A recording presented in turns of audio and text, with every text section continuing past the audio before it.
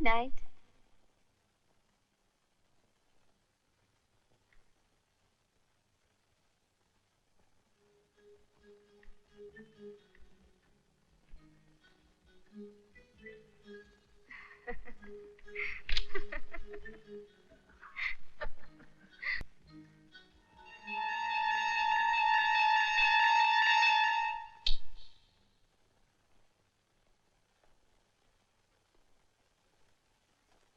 बहन, आप अंधेरा किए इस वक्त जिसका इंतजार कर रही हैं, वो नहीं आएंगे, क्योंकि वो खुद इस वक्त पाप के अंधेरों में डूबे हुए हैं। क्या मतलब है तुम्हारा? मतलब ये कि वकील महेंद्र प्रताप बूढ़े सक्सेना की जवान बीवी के साथ गुलछर्रे उड़ा। क्या? हाँ? जी आप? मैं एडवोकेट महेंद्र प्रताप की बीवी गीता इस वक्त उन्हें यहाँ से ले जाने आई हूँ। एडवोकेट महेंद्र प्रताप इस वक्त यहाँ कैसे? वो तो मैं नहीं जानती, पर इतना जरूर जानती हूँ कि इस वक्त वो यही हैं। जी जी आइए आइए, आप यहाँ बैठिए, मैं देखता हूँ। डार्लिंग, उससे भी तुम्हारा शरीर कांप रहा है, तुम्हारा ब्लड प्रेशर बढ़ जाएगा। जाओ गोली खाकर सो जाओ। आज मैं गोली खा के नहीं, तुम दोनों को गोली खिलाकर सुला दूंगा।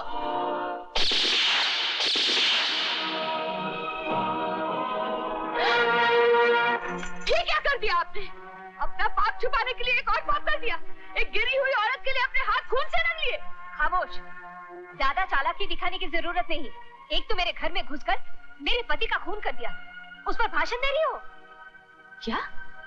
मैंने? हाँ, तूने इसका खून किया। मुलजिमा गीता देवी, आपका कोई वकील है? मेरे पति खुद एक वकील हैं। वही साबित कर सकते हैं कि मैंने ये खून नहीं किया। महेंद्र प्रताप एक सरकारी वकील है, कोई भी सरकारी वकील अपनी बीवी की वकालत नहीं कर सकता। जज साहब, मैं सरकारी वकील जरूर हूं, लेकिन इस केस का चश्मदीद गवाह भी हूं।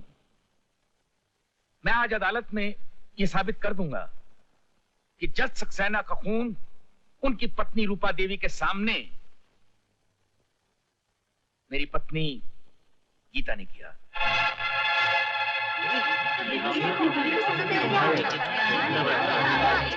Order order. बरसों पहले इसके पहले पति की मौत के बाद मैंने इस पर रहम करके इसे शादी कर ली, पर मुझे शादी के बाद पता चला कि ये औरत बदकार और बदचलन है, और जिसके गवाह थे जज सक्सेना, इससे पहले कि जज सक्सेना अपनी जुबान खोले, इसने उनके घर जाकर उनकी पत्नी रूपा देवी के सामने उनको गोलियों से भून दिया। Order order.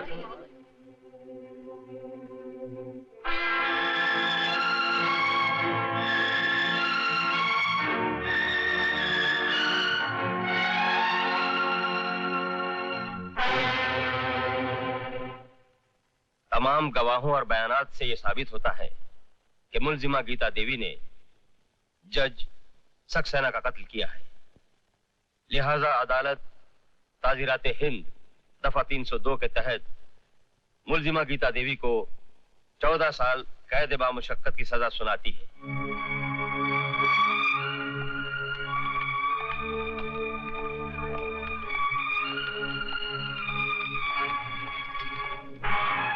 महेंद्र प्रताप, अंधे कानून का सहारा लेकर मुझ बेगुनाह को गुनहगार तो साबित कर दिया, लेकिन कुदरत के कानून से तुम नहीं बच सकते। याद रखना, मेरे पेट में तेरा बच्चा पल रहा है।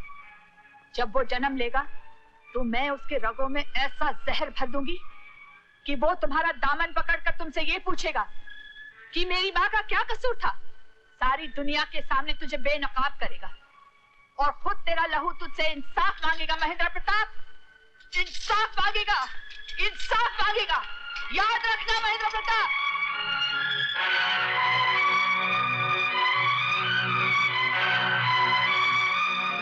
मुन्ना मुन्ना मुन्ना मुन्ना चुन्ना रे, चुन्ना चुन्ना चुन्ना चुन्ना चुम्मा ले।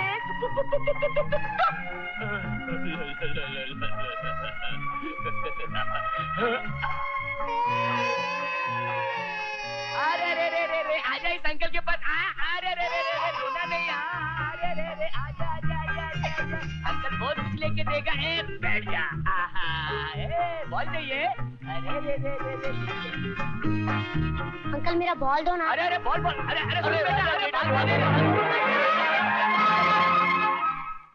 हाँ बहन, कब तक ये बच्चा तुम्हारे साथ जेल में रहेगा? अब ये 5 साल का हो गया है। इसे पढ़ना लिखना है, बड़ा आदमी बनना है। हाँ भाई साहब, यही सब सोचकर कल मैंने जेलर साहब से बात की। उनसे कहा सभी कागजी कार्रवाई करके राजू को आपके हवाले कर दे। हाँ गीता देवी, मैंने कागजी कार्रवाई मुकम्मल कर ली है। कल ही आकर बच्चे को ले जा सकते हैं। बस बस बस बस, बातें ही करते रहोगे या बच्चों को कुछ खिलाओगे भी? अब तुम ले ही आई हो तो अपने हाथों से खिला दो। नहीं, ये सब मैं खाऊंगा। ऐसा नहीं करते बेटा, सब मिलजुल के खाओ। इसको बोलो इसके घर जाकर खाए। मोहन बेटे, ये घर तुम्हारा ही नहीं, आज से ये घर राजू का भी है और हम सब मिलजुल कर ही रहेंगे। हाँ बेटे, तुम्हें अपने पिताजी की तरह ड्राइवर नहीं बनना है, पढ़ लिख कर इंस्पेक्टर बनना है। और राजू, तुम्हें जज बनना है। तुम अपने भाई को पढ़ाओगे ना? हाँ, मैं इसे जरूर पढ़ाऊंगा, चाहे मुझे कितनी मेहनत मजदूरी करनी पड़े। मैं आपका सपना जरूर पूरा करूंगा माँ। शाबाश। हाँ हाँ, मैं भेड़िया था, मगर मुझे भेड़िया बनाने वाली तुम हो। तुम जैसी अय्याश और गुमराह औरत के लिए मैंने अपनी बेगुनाह बीवी को मुजरिम बनाकर जेल की सलाखों के पीछे धकेल दिया। तुम तो कहते थे वो पुरानी किस्म की घरेलू घटिया औरत थी जिसे तुम बोर हो चुके थे। लेकिन अब मुझे एहसास हो रहा है कि वो पुराने किस्म की घरेलू और घटिया औरत तुम जैसी हाई सोसाइटी की बाजारू औरत से कहीं ज्यादा अच्छी थी। वो तो दीवी थी, लेकिन मैंने उसकी कदर नहीं की। दौलत की लालच में आकर मैंने उस पर कितने सुलझाए। वो मेरे बच्चे की मां बनने वाली थी और मैंने उसे धोखा दिया, उसके हाथों में हथकड़ियां पहना दी। शायद उसी की सजा भुगत रहा हूं।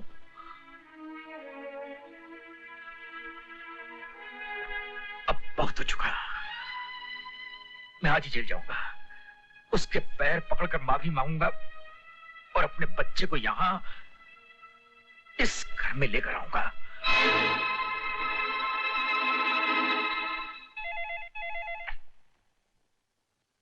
हेलो, मैं रूपा बोल रही हूँ।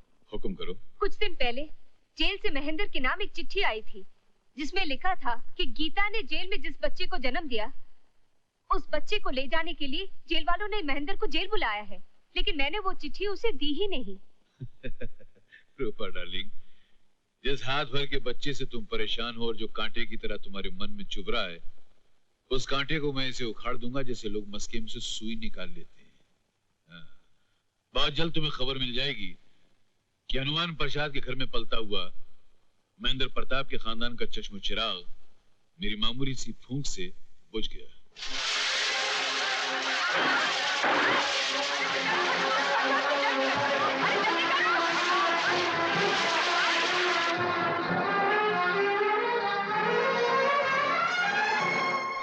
लक्ष्मी, मेरा बेटा कहाँ है? उसे ढूंढने जेल गया तो पता लगा कि वो तुम लोगों के हवाले कर दिया गया है।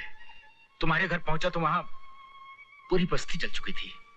भाई साहब, आपके बेटे की जान खतरे में है। किसी ने उसकी जान लेने के लिए हमारे घर में आग लगा दी थी, लेकिन मेरे पति ने आपके बेटे को बचा लिया है और खुद की जान गंवा दी। अब मेरा भी तो कोई भरोसा नहीं है। भाई साहब, अगर हो सके तो आप मेरी बेटी अंजलि को किसी अनाथालय में डाल दीजिए। नहीं लक्ष्मी, तुम्हारे पति ने मेरे बच्चे को बचाने के लिए अपनी जान दे दी। मैं इसे अपनी बेटी की तरह पालूंगा। मैंने दुनिया के साथ बहुत नाइंसाफी की है। ये बहुत बड़ी वकील बनकर दुनिया को इंसाफ दिलाएगी। आओ बेटी। लेकिन मेरा बेटा कहाँ है? भाई साहब, आपका लक्ष्मी,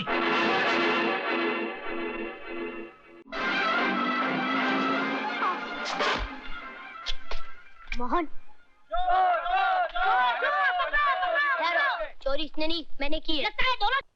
अरे तुम लोगों को शर्म नहीं आती? मुट्ठी भर चावल के लिए इन मासूम बच्चों की जान लोगे क्या? अरे ये भी चोर का भाई गिरा कट लगता है। क्या? अगर दोबारा चोरी की ना तो मैं दोनों की टांगें तोड़कर हाथ में रख दूंगा, समझे? चल बे। चलो भाई चलो। जाओ बच्चों जाओ। देखा, 2.5 फुट का होके 6.5 फुट की बात करता है ये आदमी। भैया, मैंने तुम्हारे लिए खाना लाया था और तुमने मेरे लिए मार खाई। देख मोहन, आज के बाद तू कभी चोरी नहीं करेगा, क्योंकि तुझे पढ़ लिख कर पुलिस इंस्पेक्टर बनना है ना। तुझे तेरी माँ का सपना पूरा करना है ना। वादा कर कि तू अब कभी चोरी नहीं करेगा। मैं वादा करता हूँ भैया, मैं वादा करता हूँ। अरे रोना नहीं, वरना तुम दोनों भाइयों का प्यार देख के मुझे भी रोना आ जाएगा। बेटे, कहाँ रहते हो? इस दुनिया में कोई अपना ठिकाना नहीं, कोई अपना नहीं। अरे जिसका कोई नहीं होता उसका ऊपर वाला होता है, और कभी कभी नीचे वालों को ऊपर वाले की ड्यूटी संभालनी पड़ती है। तूने कहा ना कि तुझे तेरी माँ का सपना पूरा करना है, तो कुछ काम धंधा करना पड़ेगा कि नहीं? तो तू मेरे साथ चल, तमाशा करना और सारी दुनिया को तमाशा दिखाना।